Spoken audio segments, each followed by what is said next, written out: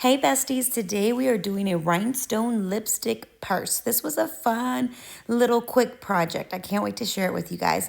But before then, let me welcome you to our YouTube channel, Misfit Makers Besties. Make sure you follow us under all our social media handles under Misfit Makers and click that subscribe button and check out our website and Patreon.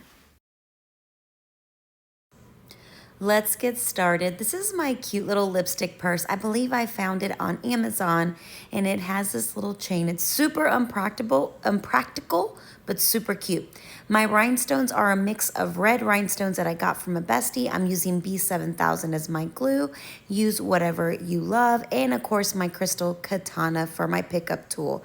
I'm going to start off by lightly sanding any plastic surface. You want to make sure to kind of remove that shiny finish on your product. That way your glue really grips on. Okay, I have a little flip tray. This is like my favorite. If you don't have it, go get you one. I got it from the Amy's Make Everything. I'll make sure to put it in the supply description, but it is my favorite little flip tray that I have. It's my favorite. So anyway, like I said, I have 3 different size stones. They're all, I'm mostly using the SS20s, but I have some, I think some 10s and some 6s. So I am doing a scattered method. However, trying to use the biggest stone because you get the biggest shine. Sparkle.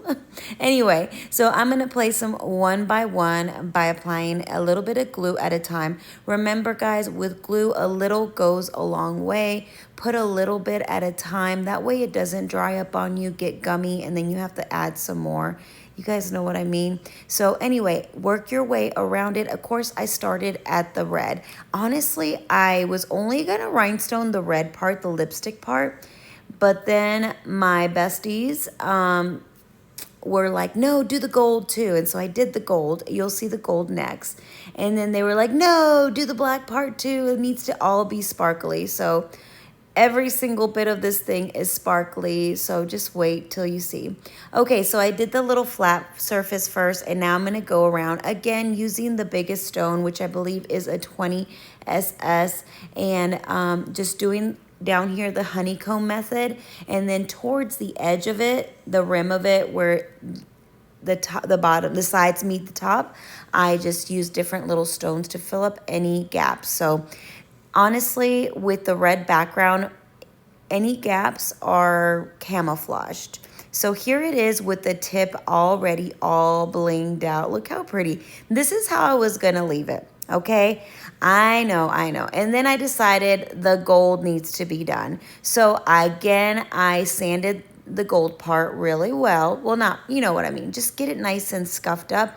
Clean it up with an alcohol wipe to get all that dust off, and then get to rhinestoning. Something that I want to point out here with whatever rhinestone project you have, especially if it has like an opening and closing mechanism, make sure that your rhinestones are not going to intervene with any of the closing and opening mechanisms, or else yeah, it'll be in the pain in the butt, it won't close well, or the rhinestones will pop or whatever. So you make sure those rhinestones fit in those little crevices. Again, I used some gold mix in a variation of different sizes just to make sure everything fit. So here is all the 3 sides, about to finish that last side.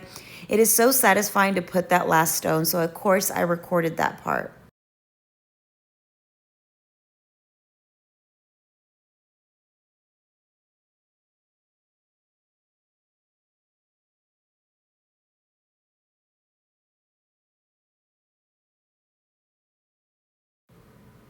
Let's put that last stone together. Of course, it kind of kicked my butt because that corner, like I was like, should I cover the corner? Should I leave it bare? But because it's gold, I just left it open and it kind of looks better instead of having a floating stone. But look how pretty it is, all the sides. So then I was like, I'm gonna leave it like this. It looks so good. I showed it to the besties and they're like, no, you need to rhinestone all the black part. So peer pressure, peer pressure. Thankfully, I have plenty of rhinestones in stock, so I grabbed a mix of jelly Blackstones. I did the top first. I did the back side because I wanted to see if I was gonna like it. And then I decided, yep, this is the way to go. So I sanded all my flat surfaces. And then I got to rhinestoning. This actually went really fast, and I didn't even realize I only recorded this part, and then I just was going to town. Like I put some music on or a podcast, and I was done with this before I even realized that I didn't record more than these first steps. So obviously I used the 20SS for the edges, and then covered it all up, and it looks, just lined them up as easy as possible. Use the same size stone. So I was searching for the stones because this is a mix. But anyway, I feel like those black stones really elevated the whole thing, like completed it. Look how pretty and sparkly this looks. And this is with indoor lighting. I cannot wait to see what it looks like out in the sunshine. I definitely am going to use this purse. This is like a little Vegas purse, a little, I don't know, a little special occasion purse. But anyway, I hope this inspired you to rhinestone either your own purse or any other cool little purse or other trinket that you want to bling up. Thank you so much for all the supporters.